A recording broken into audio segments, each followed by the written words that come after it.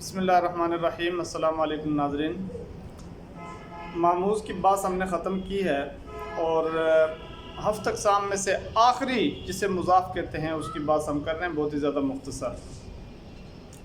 اور مضاف کی تعریف آپ کو پتہ ہے کہ مضاف اس کلمہ کو کہا جاتا ہے جس میں دو حرف متجانسین ایک ہی جنس کے جمع ہو جائیں، یعنی کہ مدہ ہے تو اصل میں مادہ تھا، دال اور دال جمع ہو گئے عین اور لام کلمہ میں ایک ہی جنس کے حرف ہیں، اس کو مضاف کہتے ہیں۔ تو اس سے پہلے ہم نے جو بات پڑھی مثال سے لے کر لفیف تک، اس میں جو کچھ بھی سلسلہ ہوتا تھا حرف علت سے کسی حرکت کے گرانے کا یا نقل کرنے کا، تبدیل کرنے کا، اس کو تعلیل کہا جاتا تھا۔ اور ماموز میں جتنے بھی ہم نے باز پڑھی ہے اس سب کو تخفیف کہا جاتا ہے۔ مضاف میں جو باز پڑھی جائے گی اس کو ادغام کہا جائے گا۔ اس وجہ سے یہاں پر تعلق جو مضاف کا ہوتا ہے دو حرف متجانسین کے، یعنی کہ ایک ہی جنس کے دو حرف آ جانے سے جو ادغام ہو جاتا ہے اس ادغام پر یہ ساری باز رہتی ہے۔ تو اسی لیے لکھا ہے قانون برائے متجانسین، یعنی ایک ہی جنس کے دو حرف آ جائیں تو اس میں ادغام کہاں کا کرنا ہے، کہاں ادغام نہیں کرنا، اور کہاں وجوبی طور پہ ادغام ہے، کہاں پہ ادغام اس طرح کا نہیں ہے۔ تو بات کو شروع کرتے ہیں۔ دو حرف متجانسین اول کلمہ میں واقع نہ ہوں، یہاں پر یہ قید لگ گئی ہے کہ اول کلمہ میں نہ ہوں، اور ان میں سے پہلا ساکن ہو دوسرا متحرک ہو تو ادغام واجب ہے۔ سیدھی سی بات ہے، پہلا ساکن دوسرا متحرک ہو ادغام واجب ہے، بشرطے کہ ایک وزن قیاسی کا دوسرے وزن قیاسی کے ساتھ التباس نہ آئے۔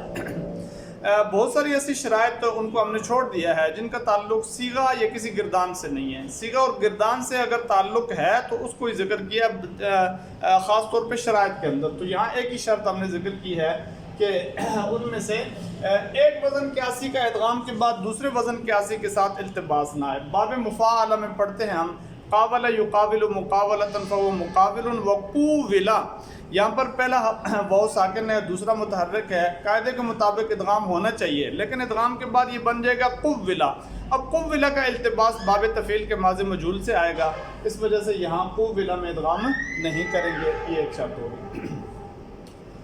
اگر متجانسین کلمہ کے شروع میں نہ ہوں اور دونوں متحرک ہوں، یعنی پہلا ساکن اور دوسرا متحرک ہو، ایک الگ بات تھی، یہاں پر یہ ہے کہ دونوں متحرک ہوں تو ادغام واجب ہے چند شرائط کے ساتھ۔ کل 9 شرائط ان میں سے ہم نے تقریباً 7 شرائط ذکر کی ہیں۔ ایک شرط تو یہ ہے کہ پہلا حرف تا افتعال نہ ہو، تا افتعال ہوا تو وہاں ادغام واجب نہیں ہوگا۔ ایک تو تتلا، اس میں قتلا پڑھنا جائز ہے، اور دوسری شرط یہ ہے کہ باب افعال کے 2 واو نہ ہوں، افعال کے 2 واو آگے پھر بھی ادغام نہیں ہوگا جیسے اح و وا، اور تیسری شرط یہ ہے کہ 2 یا نہ ہوں جیسے حییہ، یہاں پر 2 یا ہیں، یہاں پہ ادغام نہیں ہوگا، اور پہلا مدغم فیہ نہ ہو، یعنی پہلا حرف ایسا نہ ہو کہ اس میں پہلے سے ہی ادغام موجود ہے پھر بھی آپ ادغام نہیں کریں گے جیسے حبابا۔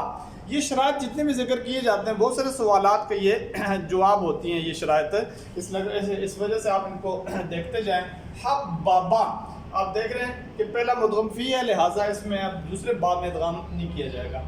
اور ان میں سے ایک الحاق کے لیے زائد نہ ہو، جیسے جل بابا آپ دیکھ رہے ہیں، جیم لام با یہ مادہ ہے لیکن الحاق کے لیے جل بابا اس کو کر دیا ہے، اب اس با اور با میں ادغام نہیں ہوگا۔ اور ان میں سے کوئی تعلیل کا تقاضا نہ کرے، یہ بھی بہت خاص بات ہے، جیسے قویبہ آپ دیکھ رہے ہیں کہ دوسرا واو جو ہے اس سے پہلے کسرہ ہے، یہ کسرہ چاہتی ہے کہ اس دوسرے واو کو یا سے بدلایا جائے، قویہ ہو جائے گا، ظاہر ہے وہ یا سے تبدیل ہو گیا، اب 2 حرف ایک جنس کے تو نہ رہے، اس وجہ سے ادغام نہیں ہوگا، تعلیل کا تقاضا موجود ہے۔ اور یہ بھی خریب بڑی خاص بات ہے کہ 5 اوزان میں سے نہ ہوں، 5 وزن اگر ہوئے تو تعلیل نہیں ہوگی، ادغام نہیں ہوگا۔ فعال، فعل اور فعال ہے، اسی طریقے سے فعال اور فعال، یہاں فعول، فعال، فعل، فعول، فعال اور فعال، یہ اگر وزن ہوئے اوزان ہوئے تو ان میں ادغام نہیں ہوگا۔